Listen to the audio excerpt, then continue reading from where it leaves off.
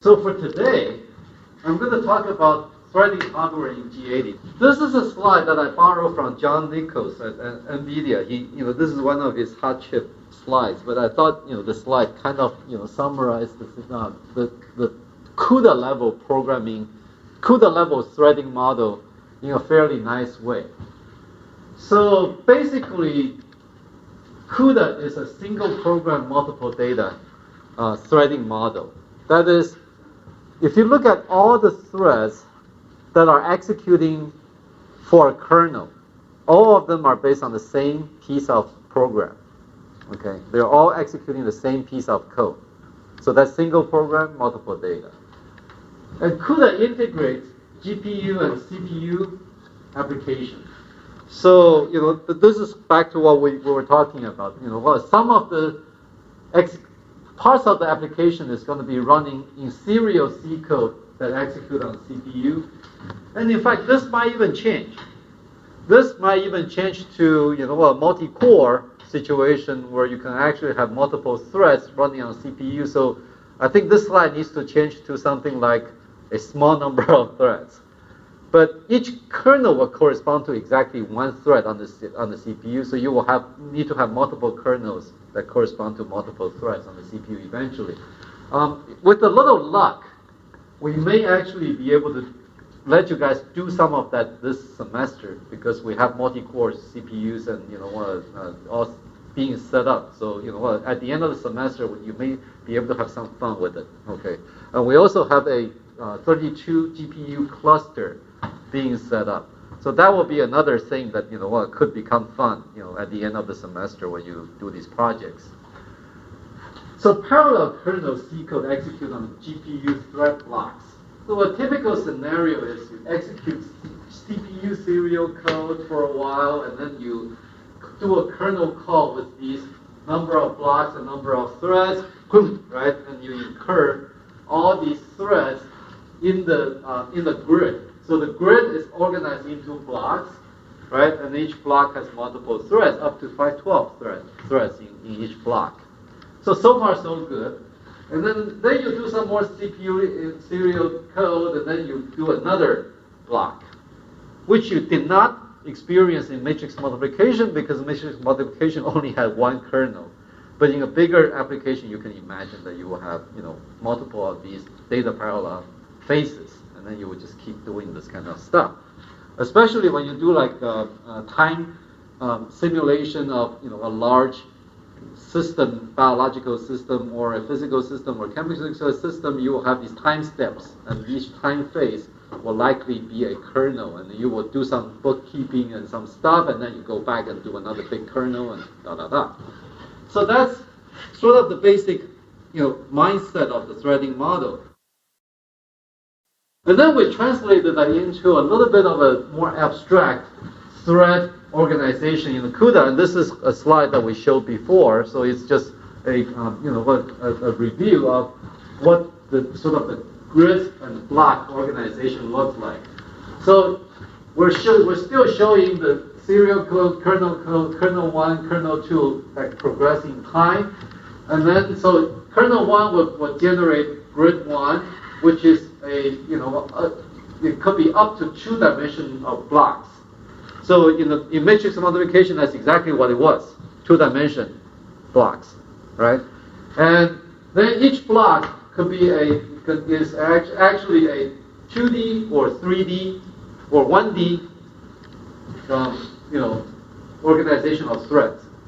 So it's up to you. You can decide that organization. And all the threads in the same block can cooperate. And this is going to be important tomorrow. That is, all these threads can actually synchronize with each other, and they can actually have very fast shared memory access, okay, within the block. And then, 2 threads from different blocks, okay, will not be able to share data. And we're going to come back to this point tomorrow. But this is just a quick review of the CUDA thread model. So if you look at each thread block in detail, whether that's 2D or 1D or 2D or 3D. You would essentially be able to say, well, this is just a collection of threads, and they all execute that same piece of code, that thread program. Okay, and it's important to remember that you can only have up to 512 of these threads in each block. Okay, that's one of the limitations you need to keep in mind. So, as I mentioned, in the future GPU implementations, the scaling of the machine is going to be done in such a way that you'll unlikely have more threads per block, but they will likely allow more blocks in the machine. Okay, that will be the easy scaling. However, it's not always the case that you can get away with it, because if the application requires you to have more efficient sharing, then you'll be pushed to have bigger blocks, right? So there's some push and pull kind of thing. So all threads in a block execute the same thread program. Threads have thread ID numbers within the block, and so you would know exactly what your ID is. It could be a 1D ID, could be 2D, could be 3D, depends on what you decide to do. And threads share data and synchronize while doing its share of the work, and the thread program uses thread to select work, thread ID to select work, and address memory. So that's how they can process different pieces of the data. So that transitions into what we're going to be talking about. What we have talked about so far has been the abstract programming view of these threads, okay? And that's how intuitively the CUDA programming model, says about how your program is going to invoke those threads. And these threads ultimately will have to be executed on the hardware. And this is where a lot of the tricky points about parallel programming will start to occur. Because no matter how good we are still engineers. And we're going to have limited resources. We're going to have limited number of wires. We're going to have limited chip area. We're going to have limited amount of power that we can consume. So by the time we need to deliver a product, there will be corners cut. No questions asked. Okay, there will be corners cut. It's a matter of which corners were cut and what kind of effect they will be. So, we're going to talk about some limitations in this piece of hardware. This is a very powerful piece of hardware, but it also has some major, some important limitations that you need to understand in order to really, deal with performance effectively on this machine. So, overall, from the very top point of view, the whole chip is typically called a streaming processor array. Okay, so if you look at G80, the whole chip is called the streaming processor array, and it's essentially tiled. Okay, you look at the chip; it's actually tiled into 1, 2, 3, 4, 5, 6, 7, 8 of these what we call the texture processor cluster. So each of these clusters, if you look at it carefully, it's actually two what we call the streaming multiprocessors, and then one texture processing unit. Okay, they both share that text processing unit. And each of these SMs is perhaps, arguably, the most important hardware unit in this machine. The organization of the SM really dictates a lot of the efficiency and a lot of the limitations of this machine. So each SM can be blown up into a piece of design that is not so unfamiliar to many of you who are familiar with computer architecture. We'll have instruction cache, we'll have a data cache, and we have. But by the way, this data cache is actually the constant and a constant cache kind of thing. So we'll come back to that. And then you have the instruction fetch and dispatch logic. And this is actually a non-trivial piece of logic. And that also dictates some of the limitations we're going to show today. And you have a piece of shared memory. And we're not really going to talk about shared memory today, but we'll save it for tomorrow. And underneath that, we have 8 of these streaming processors, SPs. And each of them is a fairly simple piece of processor. It actually has just one arithmetic unit that can do multiply and addition simultaneously. So it's a multiply add unit. And there are 8 of those. Okay? So these things are going to, we're going to go into more details of this particular design, not for the sake of teaching how you can design GPUs, but for the sake of just enough for you to build a very strong intuition about how this machine actually works as you program it. So this slide is just a very quick summary of the terminologies. SPA, TPC, SAM, SP. Streaming processor array, texture processor clusters, streaming multiprocessor, streaming processor. And this is no rocket science. Okay, these are just definitions and then acronyms. But just give you a very quick one-page summary of all these terms so that in the future, if you ever get confused, you can just go back and look it up. That's all there is. So let's go into the streaming multiprocessor and talk about some of the most important issues. So this is a picture where some of the details get filled in from that first picture of that SM. So there are a couple of things. One is, as we said, it's really organized into 2 symmetrical 4 SP, 1 SFU. This is a super function unit thing that we're going to talk about later. So if you look at the layout of the machine, each streaming processor has a sort of a closely associated register file, bank, and there's a fairly comprehensive, essentially a all points to all points interconnect, okay, between these things, so that data in one register file can be routed very quickly to another streaming processor. So as far as we are concerned, the interconnect of the register file is so elaborate that it almost doesn't matter which register you access, you should be able to get that data in the same amount of time.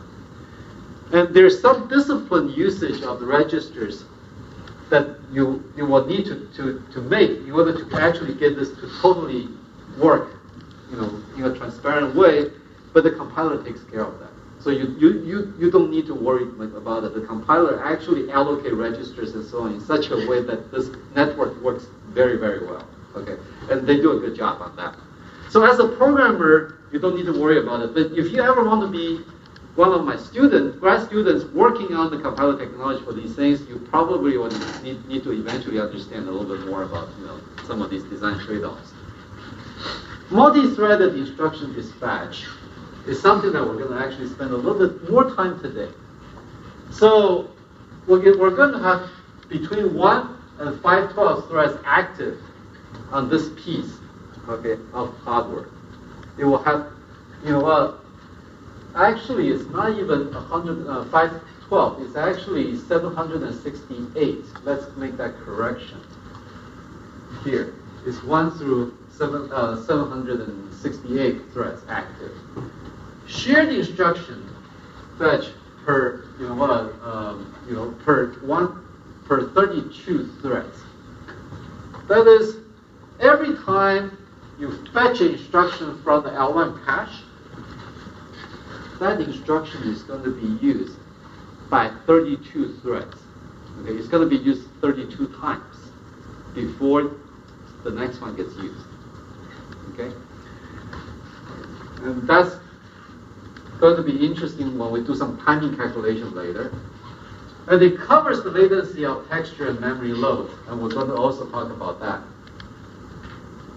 The only reason why I talk about hot clock here is because ultimately you can use that to estimate the calculation rate of your program at some point. But it's not really important. The new products are already 1.5 gigahertz, and they're going to get to 2 gigahertz at some point, very in the near future. And local register files are these, but there are sufficient number of these wires that you can actually access a fair amount of non-local registers. 16 kbytes shared memory and DRAM texture and memory access. So if you want to do DRAM texture memory and constant memory access, theoretically you need to go all the way out, but there are caches on the in the hardware that you normally will not have to. So let's begin to talk about how these threads get created, assigned, and scheduled on this machine. Okay. So this is a slide that David used and I also used that in one of the lectures. So this is the GPU, the graphics personality of the chip. Okay. And remember, when the DirectX or OpenGL API functions execute, they will make requests to this chip in terms of vertex drawing or triangle drawing and texture shading and all that stuff. Each task will have either a list of vertices or triangles to process, or a bunch of pixels on the screen to work with, right? So those things get essentially into these hardware interfaces, so that you can have vertex thread issue, you have geometry thread issue, you have pixel thread issue, and those pixels will be loaded into some of these memories, and the vertices will be loaded into some of the memories.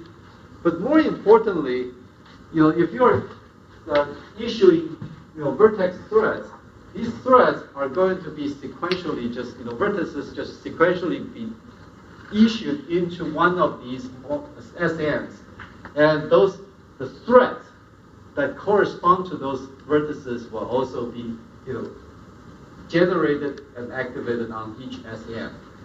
So the hardware internally generates however many number of threads necessary to actually implement that API functionality internally, and then you will just schedule these things internally. The piece of hardware that CUDA uses is really the thread execution manager that responds strictly to the kernel invocation. Okay? As soon as the CPU executes a kernel invocation, this piece of hardware, the driver running on the CPU, will immediately invoke this piece of hardware. And this piece of hardware will take a look at all the dimension parameters and begin to generate threads. Okay? So that is where all the threads of the grid, of the current grid, is generated based on all the kernel call parameters. So here is the life cycle of the thread. Whenever you launch a grid, that piece of hardware starts to generate all the blocks of threads for the grid. Okay, the hardware does it. Okay, finite state machine. And the thread blocks are serially distributed to all the SAMs. So each block will take probably something like 1 clock cycle, okay, to go into one of the SAMs. So essentially, if you generate, let's say, 50,000 blocks, okay, but each SAM can only take a small number of them at the same time, right? So most likely what's going to happen, and I'm not saying that's exactly what the chip does, because NVIDIA has not told me how the chip does it. It's actually, if I knew, I wouldn't tell you either. So, since I don't know, I can tell you what probably happened, right? So this is a fundamental reason why we don't sign NDAs, because you know what, if they don't tell us, we can guess, and usually we guess pretty well, right? But if they told me, then I cannot tell you anything, right? Even if I said I guessed, they say, you didn't guess, you listened to us.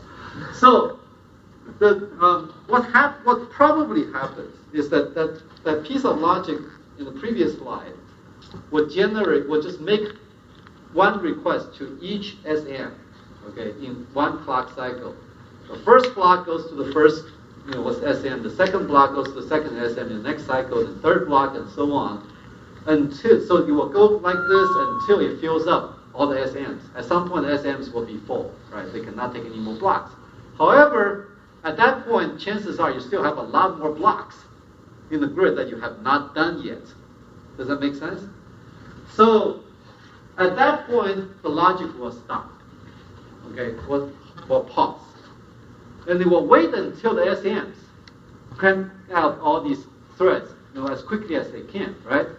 But there's life is never fair. So some of the SMs may execute these blocks faster than these others because, it just happens that you got to the memory bandwidth a little bit better, or, some random things. So, some of the SMs will finish before the others. So at that point, the piece of logic will say, oh, SM3 came back and say, I finished one of the blocks. So I will just assign another block into SM3, right? And that, it will keep going like this to do what? Load balancing. Because you would want to make sure that all the SMs finish roughly at the same time, so that you can get the least possible execution time. If you don't do this, if you just go ahead and give each SM 1/16 of the threads, when these unfortunate events or fortunate events happen during the execution, let's say one of the SMs ended up finishing a lot later than the others, then you will end up with the execution time dragged on, everyone waiting for that thing, because you cannot go back to the CPU until everything is done. So load balancing is very, very important, and the sequential assignment allows them to do load balancing, very simple way. Okay, so that's just my speculation, right? Any questions? Okay. So this is what we call block assignment or thread assignment to the SMs. Assigning them into the SMs doesn't mean that you determine how they actually execute. It just means that the SM owns the particular block at this point, and it will be responsible for executing all the threads in that block. Something we know for sure, if the block is not assigned to any SM yet, then none of the threads will execute, right? That we know for sure. But if you assign a block to a SM, that doesn't mean that it will be executed anytime soon. It depends on the scheduling algorithm actually used in the SM. Okay, so we'll go into that. So this is the assignment. And then each SM will launch all the warps of the threads. And this is a concept that is not part of CUDA. This is purely an implementation convenience. Okay, so as soon as a SM receives a block, it breaks it down into 32 thread chunks called warps. And in fact, all these warps are of continuous ID. Okay, 0 through 31 first warp, 32 through 63 second warp. They're always consecutive, just for simplicity. Okay, and so these warps are actually the scheduling unit. That is, every time you execute anything, you take the whole warp on. And then if you need to put it off, you take the whole warp out. Okay, you do this kind of swapping. So all the things that got tossed around during execution and schedule at runtime are done in warp units. So far I talked about two granularities, okay? I gave you two granularities. One is when you assign threads to the SAMs, the granularity is blocks, exactly. And whenever you schedule threads in the SAM, the granularity is warps. Good. So SAM schedules and executes warps that are ready to run, and I'm going to actually show you the mechanism how it is done. And then as warps and thread blocks complete, resources are free. So every time you complete a warp, it may not be sufficient because there may be other warps on the block that are still executing. So there has to be a hardware that keeps track of the status of every warp in each block, right? There has to be a flag set for each warp, that finish execution. And as soon as you see all the flags set for that warp, for the block, then you can retire that block. You can go back to the control unit and say, I can have another block now, right? So that thing is actually not unlimited. You need to keep track of the status of all the warps in each block, right, in order to do this bookkeeping. So that's the reason why in this generation only 8 blocks can be assigned. A maximum of 8 blocks can ever be assigned to each SAM because they only provided 8 of those flags, okay? And those 8 flags will allow you to keep track of the status of all the warps in all these blocks that you can do the bookkeeping right. It doesn't mean that they cannot afford to track more than 8 blocks. It's just that, from an engineering point of view, as you will see, other resources are probably limiting the number of blocks to less than 8 anyway. So providing 8 blocks means that that particular factor is probably not going to be a limiting factor. But in some cases, and I'll do some calculations at the very end, you may have a situation where the number of blocks could become an issue. Okay? But whenever you're in that situation, you're probably not in very good shape. Okay? How does the SAM execute these things?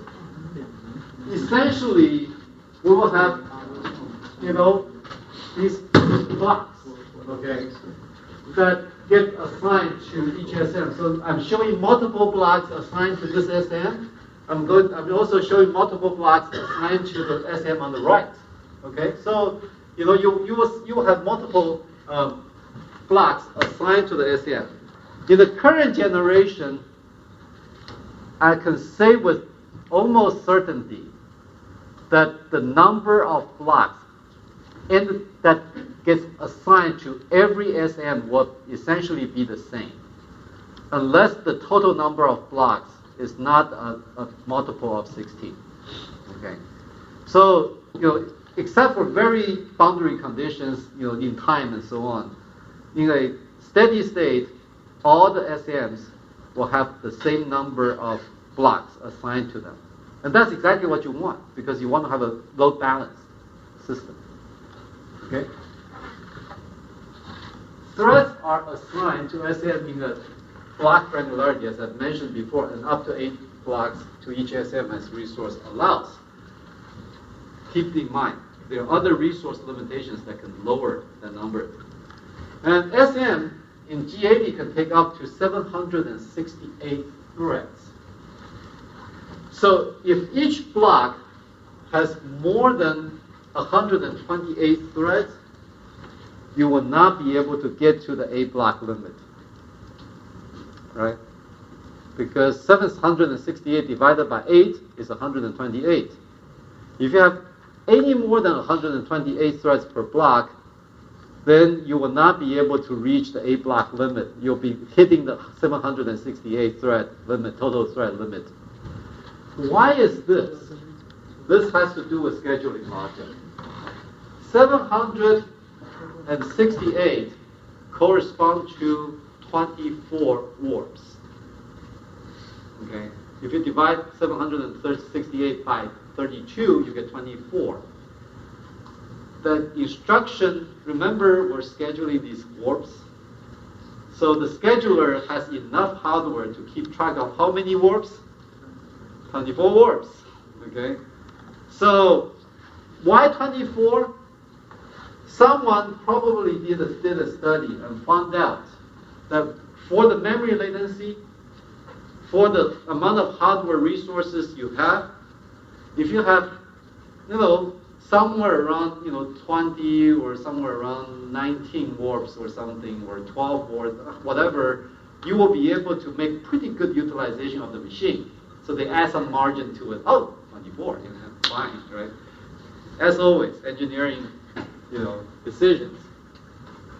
So it could be 256 threads per block, and it could take up to 3 blocks, right? Or it could be 128 threads per block, and you can take up to 6 blocks, right? So, you know what? You'll not be able to, get more than, 8 blocks if you have, more than 100 threads. And threads actually run concurrently. Essentially, what happens is that all the warps and all the blocks get thrown into a big pool. And every point in time, you reach into the pool, you yank out one that is available, ready for execution. Okay?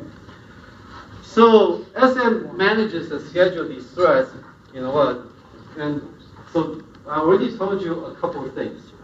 One is the SM will organize and keep track of the status of all the blocks, and they will also track all the warps so that it will know when each warp is available for execution. How is the scheduling done? The scheduling is actually done with, in the warp granularity. So again, I want to emphasize this whole warp thing is an implementation decision.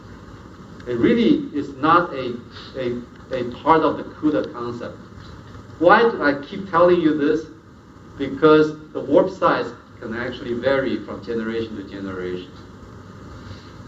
I'm not telling you it will, but I'm telling you it might. And that might is a very bold-faced might. Okay? So when you write a piece of code, knowing the existence of warp will help you to optimize performance, but when you optimize performance, you also need to think a little bit about the fact that these warp sizes could change, and what would be the effect if these things change in the future. And if you optimize it so much that when the warp size change in the future, your performance is going to go down the drain, you may not want to do that optimization. Okay? So warps are scheduling units in SN. So let's say if 3 blocks are assigned to an SN, okay, so let's just take the matrix multiplication example, 16 by 16, so you have, 256 threads per block, and you can have up to 3 blocks in each SN. So how many warps are there in the SN? Well, each block is divided into 256 divided by 32. So you have each block will have 8 warps. And there are 3 blocks, so therefore you have 24 warps. And so basically you saturated the SN. That's the maximum number of warps you can get. At any point in time, only one of the 24 warps will be selected for instruction fetch and execution. Only one of them will be. Okay? So you have 24 of these things, and they are all kind of in different states. But in every point in time, the purpose of the scheduling logic is to find one. As long as it can find one, it doesn't care which one. Okay? Just because you can do something useful in that clock period. So how does the scheduling or execution timing look like? So basically, this is a courtesy of John Nichols from NVIDIA. In fact, I stole this picture from his hot chips presentation. And basically, he's showing that in the upper picture there are these threads, right? And then you have all these warps, under the thread. And warping means that you cause some distortion or you cause some kind of temporary raising or lowering of a surface. So if you have a space warp, it looks like this, right? So that's essentially what warping means in the old days. So if you look at the time, what happens is this piece of hardware can execute a different instruction, an instruction from a different warp in every time step without losing efficiency. So it's the same thing, the same performance or same efficiency if you execute the instruction 1, 2, 3, 4 in 4 time steps from the same warp, right? Or it could be instruction 1 from warp 1, instruction 1 from warp 2, instruction 1 from warp 3, instruction 1 from warp 4. These two give you exactly the same performance results. So the hardware does not lose any clock cycle, anything, by either executing 4 consecutive instructions of the same warp, or just jump around and execute 1 instruction from 4 different warps. Make sense? So that's why it's called zero overhead warp scheduling. Warps whose next instruction has its operands ready for consumption are eligible for execution. So the hardware keeps track of all the 24 warps, but some of the warps may not be occupied. So if you have less than 24 warps in the machine, the hardware will just disable those additional logic, right? So you will keep track of all the warps that are active in the SN, and you will look at the operand availability. Why would an operand not be available? The typical situation is if the execution of the instruction takes a long time. Let's say a load instruction can take a long time. So the hardware will execute that load instruction. But the hardware will also take a note that the destination register of the load instruction is not available for use. Right? That load, so load is going to write into a destination register. And so the hardware will just say, it's not available for use at this point. 200 plus cycles later, when the value comes back, the hardware will go and reset that bit or set that bit in a way to say, oh, now the value is ready, available. What's going to happen is that if the warp has a instruction later on that came along later that needs to use that load destination register, it's going to try to, the hardware will keep track of that particular instruction and all the source registers for that instruction. If any of those has that little flag saying that it's not available, that instruction is not eligible. That puts the warp out of the eligibility pool. Any of the source registers for that instruction is not available, keeps the warp out of the eligibility mode. Okay? Make sense? So you can actually do the following in this machine. You can actually keep doing all the loads. Okay, you can keep doing multiple loads, and each one will go out to the main memory. Okay, each one will incur a low latency.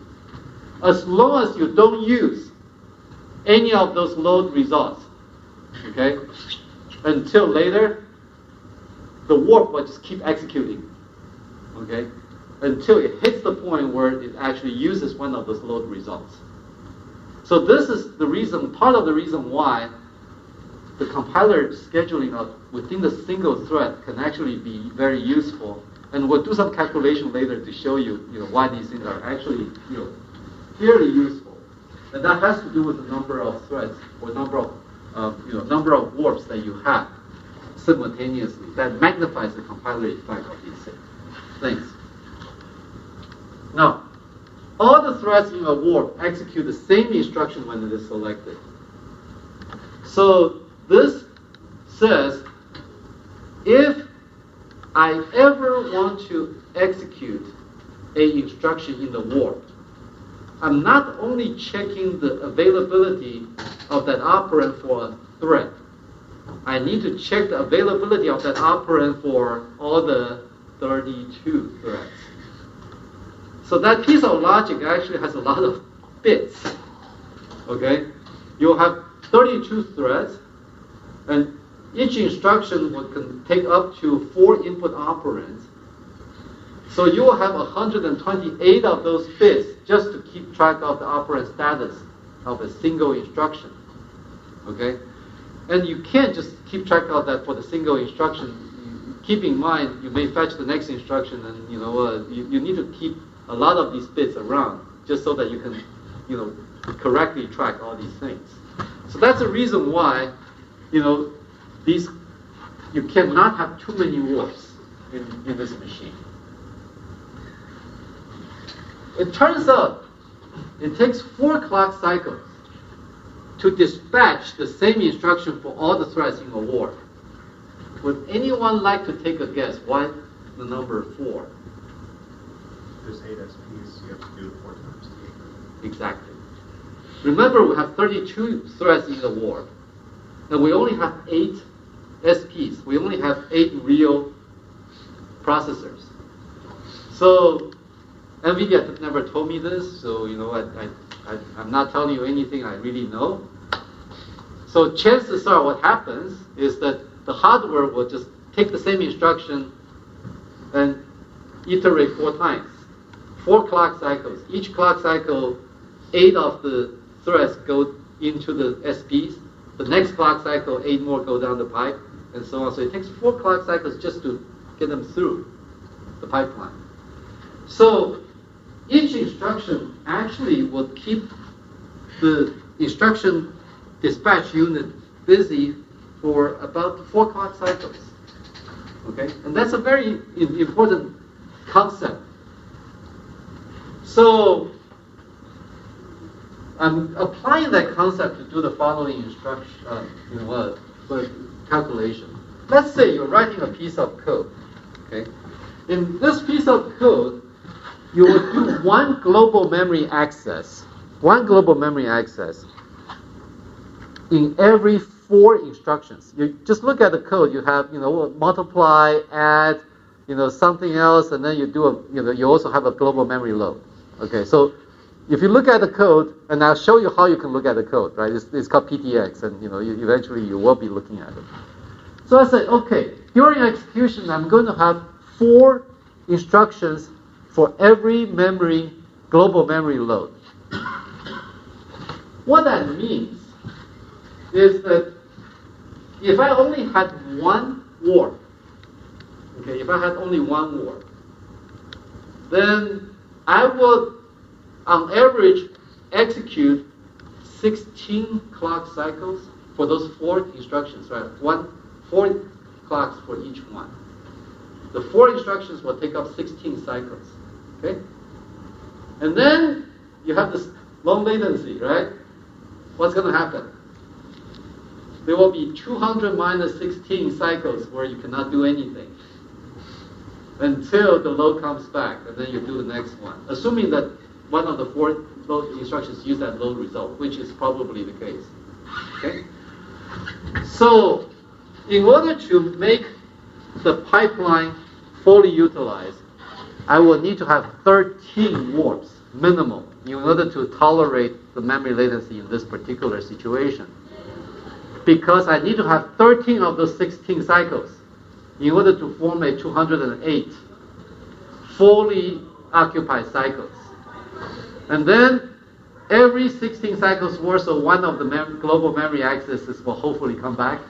So you will have a very nice staged execution. Boom, boom, boom, boom, boom. Okay?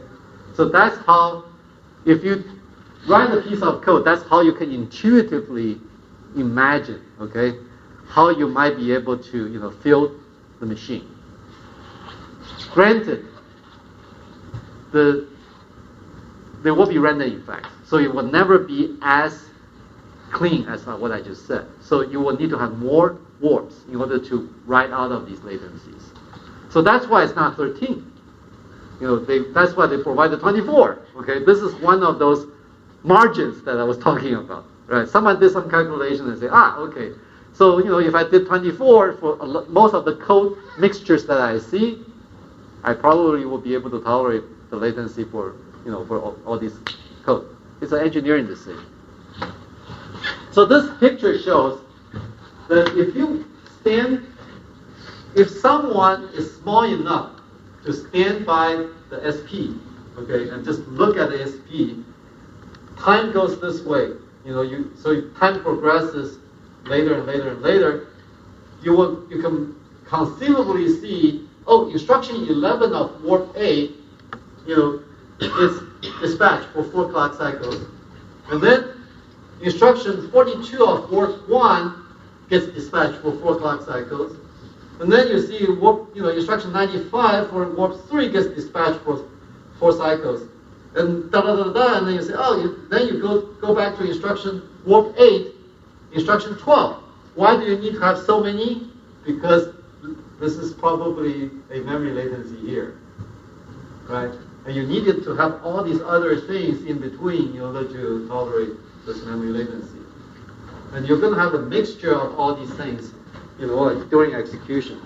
It doesn't have to be switching all the time. If the warp is still ready to go, it's totally conceivable that the scheduler will just let it go, let it continue to go anyway.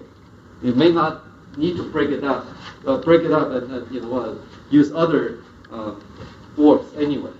But I don't know. Okay, so this whole magic happens in the SAN instruction buffer. Okay, this is a piece of hardware that does the magic. What happens is you have the instruction cache in the back. Okay, so the instruction in the back actually has, let's say, it needs to feed the 24 warps. So each warp will be at a particular instruction point, right? And those 24 will be all at different points of execution. However, remember this is a SPMB code. So the iCache doesn't have to be very big, because all the warps are executing this, pretty much all the blocks are executing the same piece of code. So as long as they're not too out of sync, chances are they're all executing at different parts of that same code. So that's why instruction caches can be very small. Okay?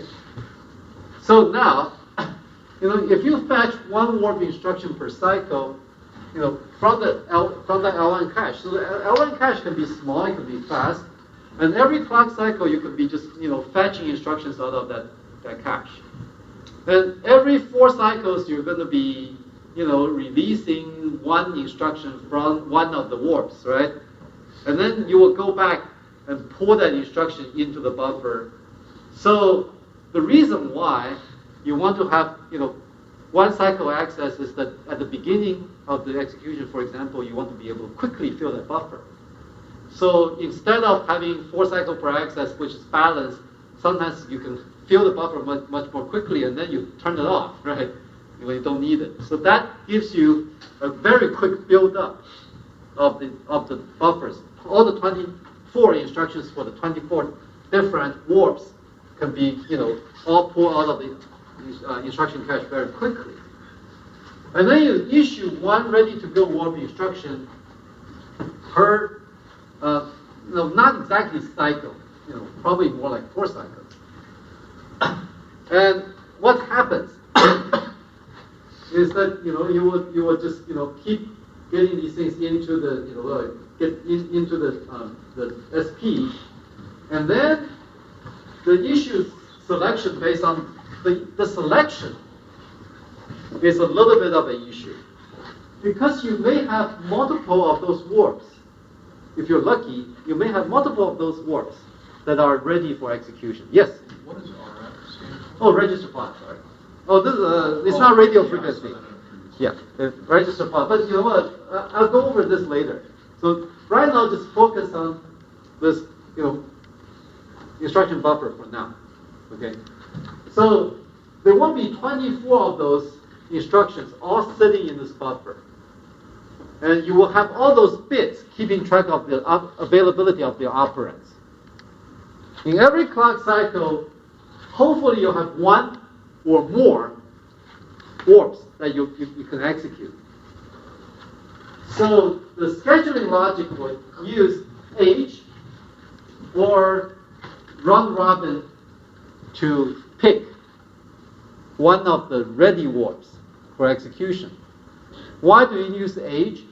Because you want to get these blocks through as quickly as you can. You don't want to have a situation where everyone's executed a little bit, but not a whole lot, not a whole lot than have retired. Because remember, you will be sequentially assigned to the new blocks are sequentially assigned to the SAMs. So you want to be able to retire each block as quickly as possible. So if the block has been there for a while, you want to kind of push them out. If a grad student has been in the grad school for more than 10 years, we do everything we can to help the student to graduate. And when I was in grad school, there was, there were a particular, title for some grad students, tenured grad students. So if you're not careful about scheduling, you could have a tenured block that just keep missing the dispatch, okay? And, just never makes progress, right? And eventually occupy a resource in a necessary way. So you want to, make sure that you do that, as quickly as you can. And so SM broadcasts the instruction to 32 threads, of a warp. So essentially, it would take, you would take the instruction and go through it 4 times. Each time, essentially, it goes to 8 of those, right? What's round robin?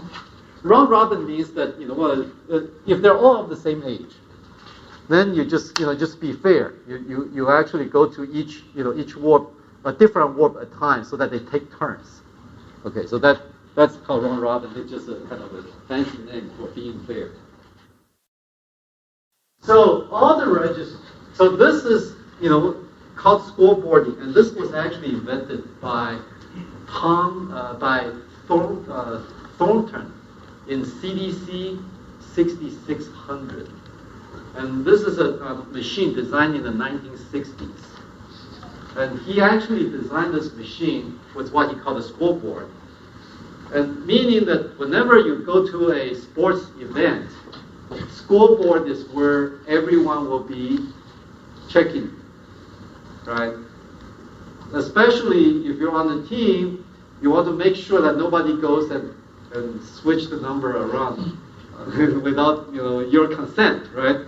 So it's a very important piece of logic that keeps track of the winning and losing teams. And in this case, the winning and losing of scheduling, okay, for these threads. So all the register operands of all the instructions in the instruction buffer are scoreboarded. So they, you'll have up to 4 of these input operands. Every input operand will be tracked in terms of their availability. The status becomes ready after the needed values are deposited. As soon as the memory load instruction deposits the value, the bit gets cleared or set. Depends on your design. And this prevents hazards. And the instructions with all the operands cleared are now eligible for issue.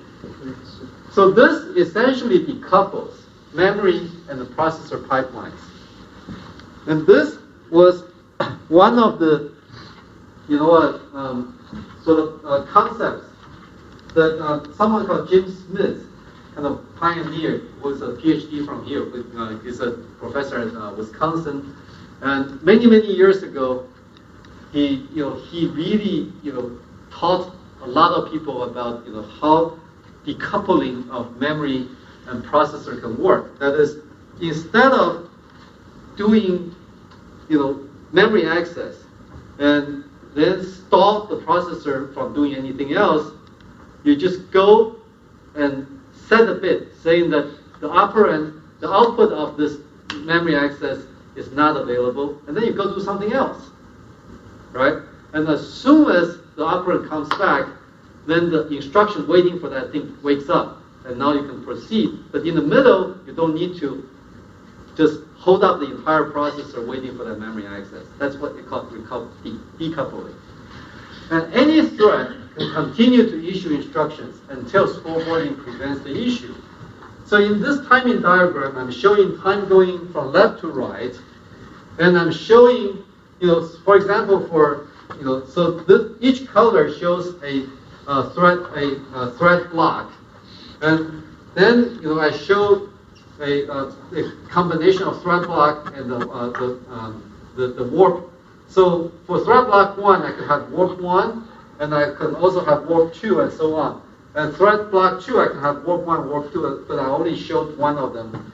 But thread block 3 here, I showed warp 1 and warp 2. So I'm just trying to show you that you can have multiple warps in a thread block. You have multiple thread blocks all scheduling at the same time. So conceivably, you could end up in a situation where you have several issues all done on consecutive instructions, okay, in that thread block and warp. And then at some point, you reach a point, the instruction 7 is actually waiting for, let's say a long latency operation. So you switch to thread block 2, warp 1, and then you do some instructions 1 and 2, and then I'm run out of things to do. I go to thread block 3, warp 1, and I run out of things to do, and all these things are still waiting, so I go to thread block 3, warp 2, and so maybe I would, this could be a long latency floating point rather than a memory access. So long latency floating point, instead of being 200 cycles, it could be 16 cycles. So that means that you can actually just execute, something like 4 warps in the middle, right? 4 warp instructions in the middle. That gives you 16 instructions. So by the time the end of the 16 cycles, now you can execute instruction 3. So this machine actually has quite a few different latencies that you need to tolerate. There's some longer latency floating point instructions. There are also situations where you may want to use texture memory, and that texture memory actually takes a few cycles to execute. And you can also go to, long latency memory. All these things require some amount of tolerance. By using the bits and resetting the bits whenever the result gets deposited, whenever you have a shorter latency instruction, you will deposit the result earlier. If you have a longer latency instruction, you will deposit the result later.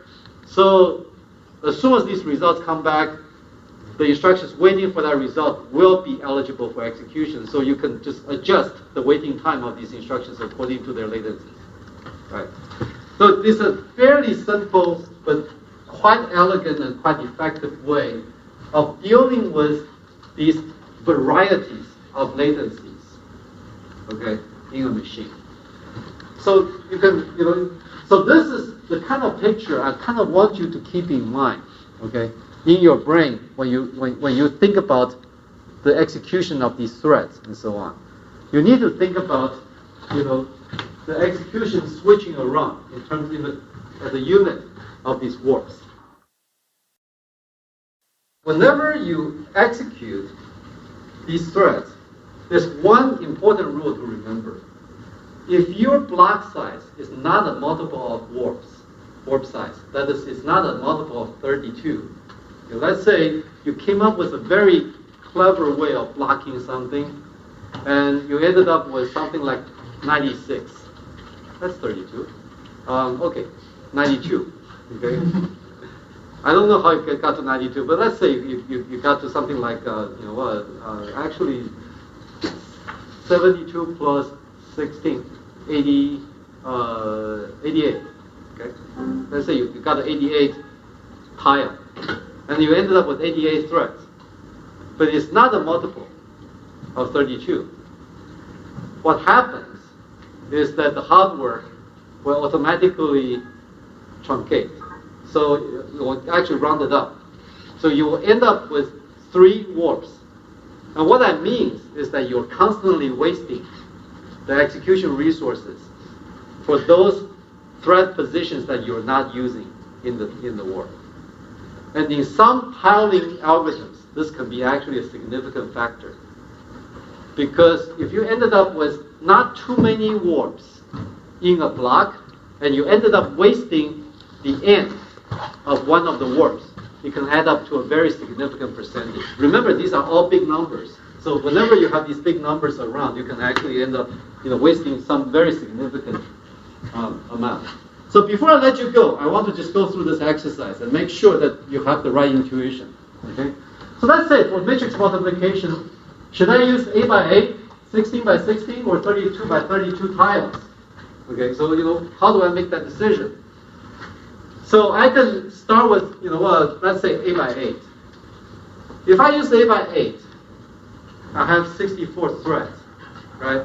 There's one per tile point, right? So I have 8 by 8. I have 64 threads per block. Now, since each ASM can take up to 768 threads, this 64 threads per block means that I need to have 12 blocks in order to saturate my machine, my SN. Would I be able to do it? Because each can only take up to 8, right? 8 blocks. So I hit one of the limitations. Okay?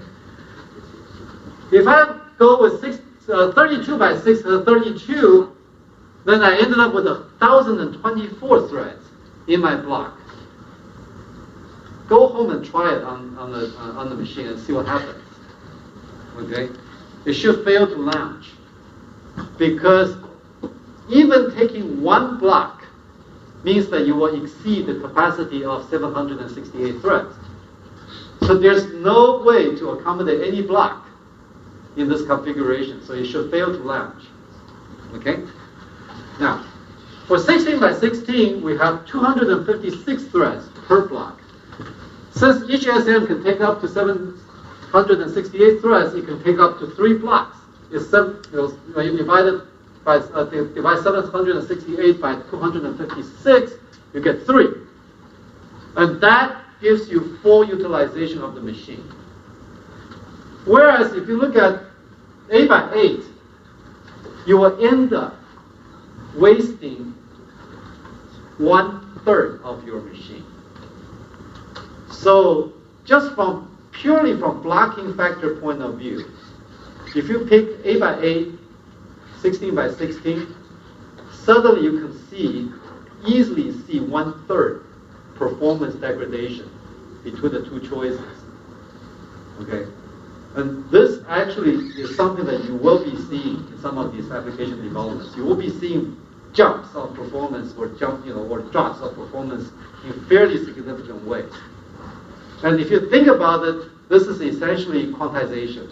Okay, for those of you who study signal processing and so on, this is exactly quantization effects. Whenever you have to go with granularity chunks, whenever you just missed a little bit, you ended up go to the next lower bracket, right? And this is essentially what it is. You have these quantized, 64 quantities, and whenever you exceed that, you immediately get 4 of your blocks out of the picture, even though you may have enough hardware elsewhere to do it, but it only can take 8 blocks, right? So one of the limitations can easily take off 1/3 of your application of performance. Okay, so this is the beginning of building that intuition, and I want you to keep doing this in the next 5 lectures. What I want you to eventually realize is that in general, this is actually a multivariable optimization problem. Okay, and it's something that in the most general case, you will not be able to reason by looking at one variable at a time. But we'll get to that later. Okay?